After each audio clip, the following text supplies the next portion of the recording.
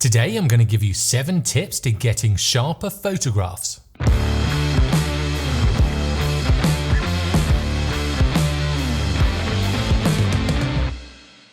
Now we all want sharper images, but it can be really frustrating when you take a photo that looks really good on the back of your camera, but then when you get it onto your computer, it looks a little bit soft and a little bit blurry. So with these 7 tips, you can start getting better in photography and start coming away with sharper, more usable images.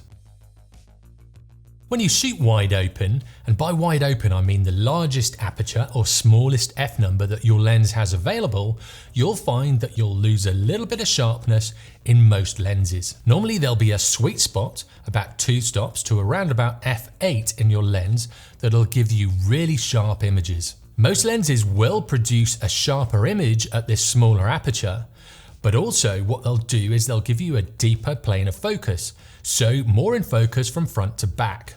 Not all the way, but that focus plane will be deeper. So if the subject is moving through the frame towards you or away from you, what you'll find is because you've got this deeper plane of focus, you're more likely to get them in focus.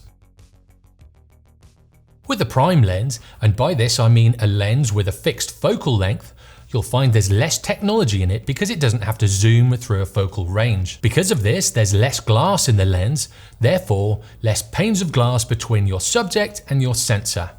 This tends to give you a sharper image. Because it doesn't have to zoom through the range, the glass stays exactly where it is, so it can be fixed and the technicians can really hone in on that sharpness. So prime lenses tend to be sharper than zooms. At the moment I use the Batis 25mm f2 and the Sony 85mm 1.8. These two produce really sharp images and I really do like using them when I'm out and about. I've spoken about this before and I'll probably speak about it again, but it's the shutter speed focal length rule, and I've actually made a dedicated video on it.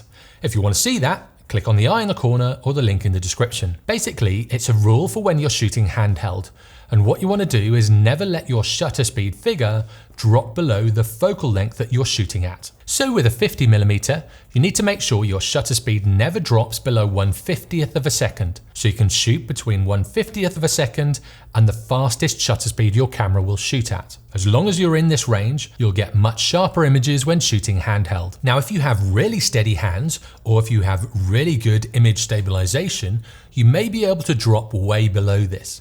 But it's a good rule to stick at when you're shooting handheld to get more sharper images. If you do shoot with a DSLR, and especially older DSLRs, what you'll find is the middle focus point will normally be the best one. So if you need to focus on a point that's not in the middle, what you want to do is focus on that point, reframe your shot and then take the shot. This will give you more shots that are sharper and in focus. Now if you shoot with a mirrorless, make sure you move that focusing square to where you want it to focus. You have exactly the right framing, you focus and take the shot. When shooting handheld, as well as using the shutter speed focal length rule, make sure image stabilization is switched on if you have it in your camera. If you're shooting with quite a low shutter speed, when you have image stabilization on, you'll find that less of that motion from your hands comes through to your images and you'll get more usable shots again. If you're in a low light situation and you can't get your shutter speed fast enough to match your focal length, get your camera on a tripod. Shooting from a tripod is one of the easiest ways to get sharper images. It really does stabilize your camera and it locks it down into that one position. Although if you are shooting from a tripod and you're using a DSLR, say the Canons with the image stabilization in the lenses, make sure that image stabilization is switched off. This is because when you shoot from a tripod with the Canon lenses, the image stabilization is expecting movement and it gets a little bit confused when there isn't any.